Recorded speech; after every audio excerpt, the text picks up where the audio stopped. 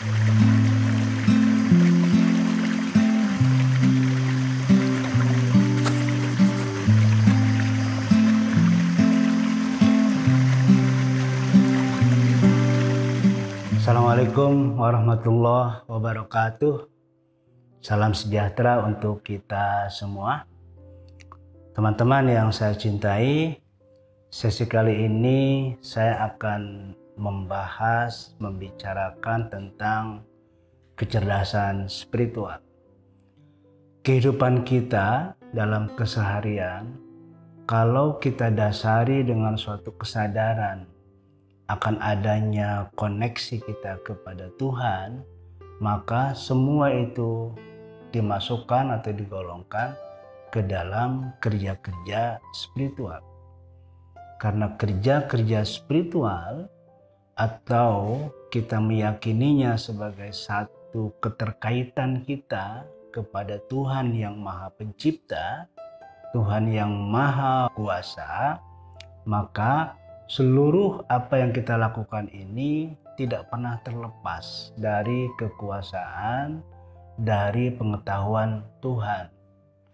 Nah, karena itu banyak hal kita bicara soal kecerdasan spiritual ini, baik yang bersifat psikoetika, etika kepribadian, etika psikologi kita, sosioetika, etika sosial kita, etika kita bagaimana berhubungan dengan sesama, dan teoetika, etika kita ketika berhubungan dengan Tuhan.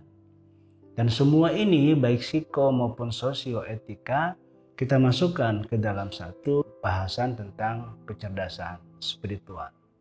Teman-teman yang saya cintai, jadi kecerdasan spiritual adalah menyangkut adanya satu kejelasan kita secara individu, secara pribadi, yang dari individu itu kita kemudian masuk ke dalam ranah sosial, dan dari ranah sosial itu kita menyangkut kepada ranah ketuhanan.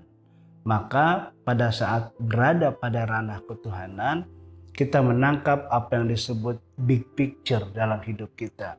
Big picture dalam alam semesta ini.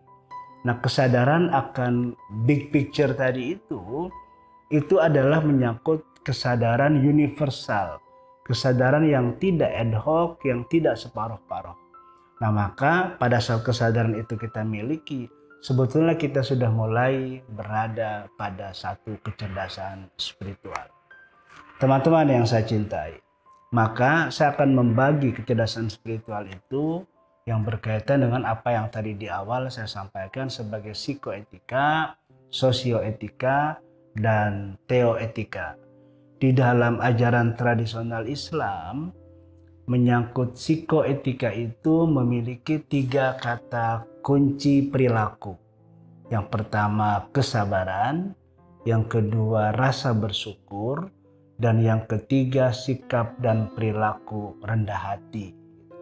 Ketiganya ini kalau kita miliki, sabar dalam pengertian kita tabah menghadapi berbagai macam cobaan, tabah menghadapi berbagai macam keadaan yang tidak kita sukai. Dan kita juga bersabar, bertahan untuk tidak keluar dari kebenaran. Karena sebagian besar orang ketika berada dalam kebenaran, lalu melihat orang lain berada dalam kesalahan, sering tergoda untuk keluar dari situasi yang dimana dia berada dalam kebenaran. Maka bersabar adalah sikap spiritual pertama dalam kehidupan sehari-hari kalau kita dinyatakan sebagai cerdas secara spiritual. Yang kedua, bersyukur. Tidak mudah rupanya orang untuk melakukan bersyukur. Bersyukur terhadap apa yang dimiliki, bersyukur terhadap hasil yang dari usaha dan dari upaya yang sudah dilakukannya. Karena itu, orang-orang yang bersyukur, dia memiliki kejiwaan yang sehat, kejiwaan yang terbuka, tapi sekaligus juga memiliki semangat, upaya, ikhtiar yang tinggi. Karena jika ada hasil yang hari ini kurang memuaskan, maka orang yang memiliki sikap bersyukur, dia akan berusaha ke depan untuk mencapai sesuatu, untuk meraih sesuatu yang dia harapkan lebih baik dari yang sekarang dia peroleh. Yang ketiga adalah rendah hati, tawadu. Rendah hati itu jauh dari sombong, jauh dari menyakiti orang, sehingga orang senang berhubungan dengan kita karena kita selalu berada pada keadaan, pada hubungan yang menyenangkan dengan orang lain. Itu tahap psikoetika. Tahap kedua yaitu sosioetika. Sosioetika itu juga memiliki 3 kata kunci sikap dan perilaku. Pertama, kita memiliki husnuzon. Kalau kita cerdas secara spiritual pada tingkat sosioetika, kita memiliki positive thinking terhadap apapun. Terhadap sesama juga terhadap Tuhan. Karena kita tahu tidak mungkin Tuhan mengirimkan sesuatu yang buruk buat kita.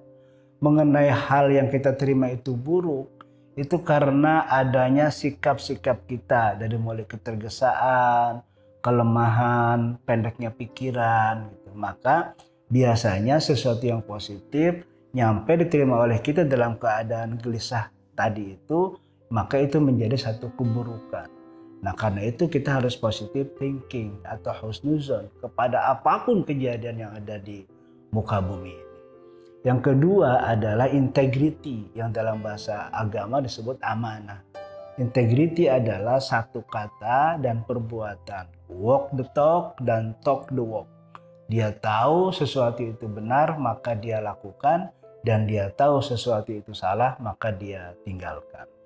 Nah, yang ketiga adalah hubungan yang dilandasi oleh cinta kasih. Itu yang disebut silaturahmi. Silaturahmi ini penting, kenapa? Karena ketika seseorang tidak memiliki rasa cinta kasih kepada sesama, maka yang terjadi adalah kebencian, yang terjadi adalah nyinyir, yang terjadi adalah fitnah dan sebagainya. Maka silaturahmi, hubungan yang dilandasi oleh cinta kasih ini menjadi dasar yang sangat penting untuk membangun sebuah kehidupan secara sosial yang harmonis, yang penuh kebahagiaan, yang penuh saling penghargaan kepada sesama kita. Nah, yang terakhir adalah teoetika, etika ketuhanan. Dia juga memiliki 3 kata kunci perilaku. Yang pertama dalam bahasa agama disebut tawakal. Tawakal itu bersandar kepada Tuhan. Maka setelah kita melakukan berbagai macam upaya yang di bawah tadi sudah kita jelaskan, maka orang yang memiliki kualitas spiritual, maka yang bersangkutan memiliki sikap dan perilaku tawakal. Dia bersandar setelah dia melakukan berbagai macam upaya. Yang kedua, ikhlas. Ikhlas ini menjadi kata kunci yang sangat luar biasa karena keikhlasan itu menjadi ruhul ibadah, menjadi ruhnya perbuatan-perbuatan baik kita, baik kepada sesama maupun terhadap Tuhan yang Maha Esa. Jadi ikhlas menjadi kata kunci dari seseorang karena keikhlasan itu dimiliki hanya orang-orang yang telah memiliki kualitas-kualitas spiritual yang tadi di bawah saya jelaskan tadi itu. Maka keikhlasan itu menjadi sesuatu yang bersifat sangat-sangat rahasia. Ada satu dialog Nabi dengan para sahabat. Ketika seorang sahabat nanya kepada Rasulullah Muhammad SAW, "Ya Rasulullah, apa itu ikhlas?" Rasul rupanya tidak langsung bisa menjawab. Maka Rasul pun bertanya kepada Jibril alaihissalam, "Ya Jibril, ma huwal ikhlas?" Jibril juga rupanya nggak bisa langsung jawab. Maka Jibril pun bertanya kepada Allah, "Ma huwal ikhlas?" Maka Allah menjawab. Nah, maka ini disebut hadis qudsi. Karena hadis qudsi itu Allah yang berfirman. Allah menjawab, "Al-ikhlasu sirrun min sirri." Ikhlas itu adalah rahasia dari rahasiaku. Istauda'tuhu qalba man ahbabtuhu min ibadi. Yang aku titipkan kepada hati hamba-hambaku yang aku cintai dari orang-orang yang beriman. Dari hamba-hambaku yang beriman. Maka keikhlasan itu memang yang tahu cuma yang bersangkutan dan Allah Subhanahu wa Ta'ala. Nah, itu tingkat kedua di tingkat teoetika. Tingkat terakhir adalah takwa. Takwa yang orangnya disebut muttaqin itu seperti disebut oleh Abdullah Yusuf Ali dalam doa Al-Quran, orang yang muttaqin itu disebut man of God, manusia Tuhan. Nah, manusia Tuhan itu bertingkat. Ada yang bersikap ke dalam individual, ada yang bersifat keluar sosial, ada yang bersifat langsung vertikal kepada Allah Subhanahu wa taala.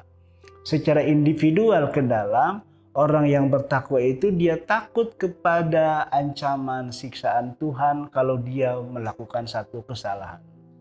Itu tingkat paling bawah. Tingkat kedua, dia takut melakukan sesuatu secara sosial karena perbuatannya itu akan mengakibatkan efek buruk kepada sesama. Itu di tingkat takwa sosial. Di tingkat yang terakhir, orang yang bertakwa adalah takut kehilangan cinta Tuhan. Takut kehilangan kedekatan kepada Tuhan. Maka takwa tadi itu menjadi titik akhir dari tema yang kita bahas hari ini, yaitu soal kecerdasan spiritual. Maka takwa dia menyangkut soal-soal individual, soal-soal kepribadian, dia menyangkut soal-soal sosial, dia menyangkut soal-soal interaksi dengan sesama, dan sekaligus juga dia menyangkut tentang hubungannya langsung kepada Tuhan yang Maha Kasih Sayang. Teman-teman yang saya cintai, saya kira sampai di sini sesi kita untuk kali ini. Terima kasih. Assalamualaikum warahmatullahi wabarakatuh.